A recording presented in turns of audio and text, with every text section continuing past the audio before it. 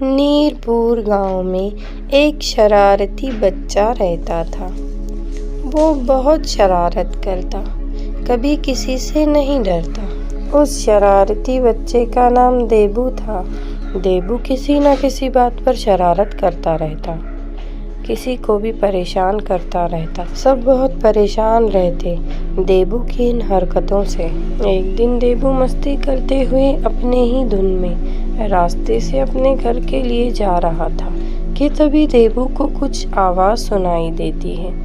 देबू आवाज़ सुनकर कहता है, कौन है? क्या कोई मेरे साथ मजाक कर रहा है? बोलो। कि तभी आवाज़ आती है, हा हा हा। देबू था तो बड़ा निडर, लेकिन आवाज़ सुनकर देबू डर जाता है और देबू डरते हुए कहता है, कौन है? कौन है? क्या कोई मेरे साथ मजाक कर रहा है? सच बताना। कि तभी आवाज़ आती है, देबू क्या तुम्हें लगता है मैं तुम्हारे साथ मजाक कर रही हूँ? हाँ। देबू आवाज़ सुनकर घबरा जाता है और वहाँ से भागने लगता है।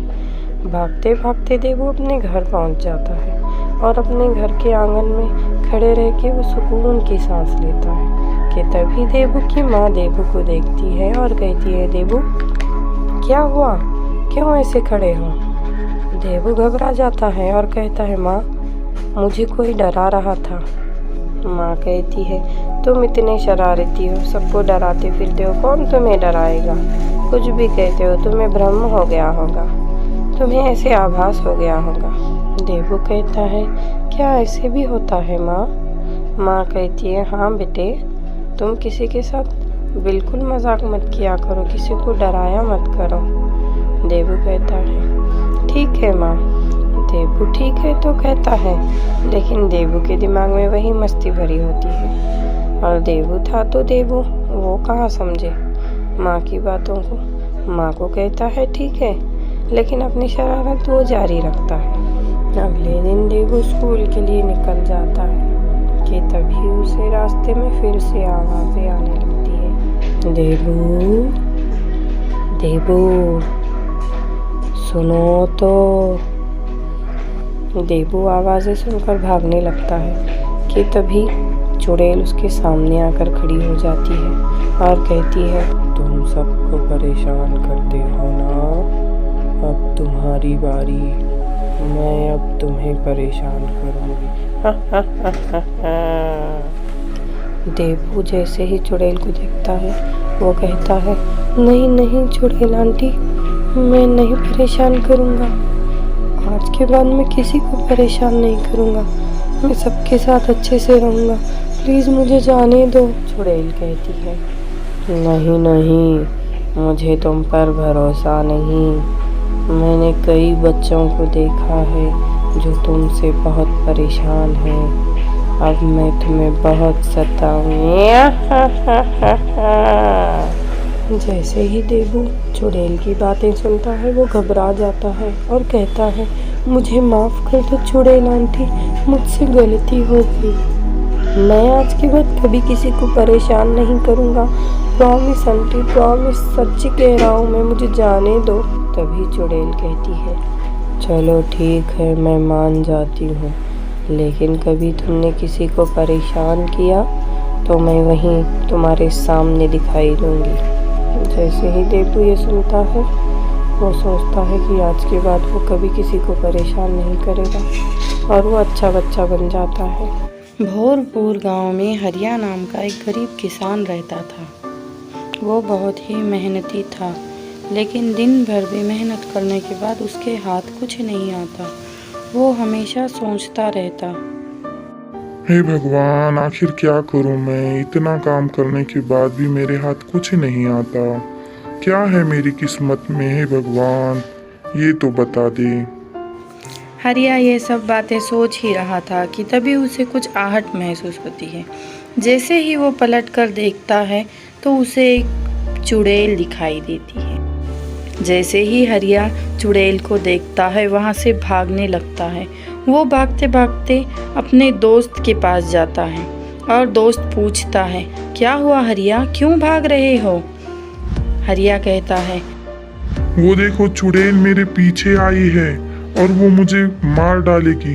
चुड़ैल, कहाँ है चुड़ैल? वो देखो रामू, क्या तुम्हें वो दिखाई नहीं दे रही?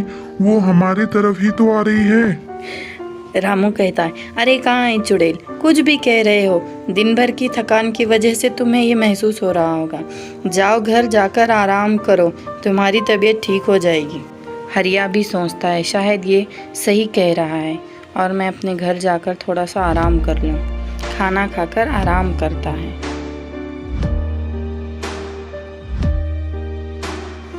कुछ देर बाद किसी आहट से हरिया जाग जाता है। देखता है तो क्या, वही चुड़ैल उसके दरवाजे में खड़ी है और चुड़ैल कहती है, हरिया, अरे हरिया। हरिया डर जाता है और परेशान हो जाता है और सोचने लगता है अब मैं क्या करूं? ये चुड़ैल तो फिर से आ गई यहाँ। हरिया ये सब सोच ही रहा होता है। चुड़ैल कहती है, हरिया, मैं बुरी चुड़ैल नहीं हूँ, मुझे सिर्फ तुम्हारी मदद चाहिए और कुछ भी नहीं, क्योंकि मुझे सिर्फ तुम ही देख सकते हो और कोई नहीं, क्योंकि तुम ही मेरी मदद कर सकते हो और कोई नहीं। हरिया, क्या तुम मेरी मदद करोगे? हरिया कहता है, ना बाबा ना, मैं तुम्हारी मदद नहीं करूँगा। हरिया, तुम बहुत भोले हो। चलो ठीक है, अब मैं ऐसा क्या करूँ जिसे तुम्हें मुझ पर भरोसा हो? कुछ नहीं, बस यहाँ से चली जाओ, मेरा पीछा छोड़ दो। मैं अच्छी चुड़ैल हूँ, मैं तुम्हें भरोसा दिला सकती हूँ। मांगो, तुम्हें क्या चाहिए, मैं अभी दे दूंगी। हरिया कहता है, ठीक है, तुम अच्छी चुड़ैल हो तो मैंने बहुत दिन से कुछ नहीं खाया है, मेरे लिए कुछ ऐसा स्वादिष्ट खाना ला कर दो। ये लो खाना। अब तुम्हें भरोसा आया कि मैं अच्छी चुड़ैल हूँ, मैं उन बुरी चुड़ैलों में से नहीं हूँ। हरिया कहता है, हाँ, अब मुझे यकीन आ गया कि तुम अच्छी चुड़ैल हो, लेकिन ये बताओ कि तुम चुड़ैल बनी कैसे? चुड़ैल कहती है, इसके पीछे भी एक कहानी है। मैं बहुत गरीब थी और दिन भर किसी से कुछ तो किसी से कुछ मांग कर अपना पेट भरती थी। एक दिन मैं रोड के किनारे खड़ी हुई थी, तभी मुझे एक गाड़ी ने आकर टक्कर मारी और मैं वहीं पर तड़प तड़प कर मर गई। तभी से मेरी आत्मा भटक रही है। जब तक मैं किसी के लिए कुछ ना करूं, तब तक मेरी आत्मा ऐसे ही भटकेगी, मुझे मुक्ति नहीं मिलेगी। हरिया, क्या तुम मेरी मदद करोगे? हरिया कहता है, ठीक है, तुम परेशान मत हो, मैं तुम्हारी मदद जरूर करूँगा। नेक काम में देरी कैसी। फिर उस दिन के बाद से हरिया और अच्छी चुड़ैल दोनों मिलकर गरीबों की खूब मदद करने लगे। चुड़ैल ने हरिया की और गांव वालों की, सबकी बहुत मदद की और फिर उसकी आत्मा को शांति मिली। सीख, जो नेक दिल होते हैं उनके पास ताकत आने पर भी वो दूसरों का भला करना नहीं छोड़ते।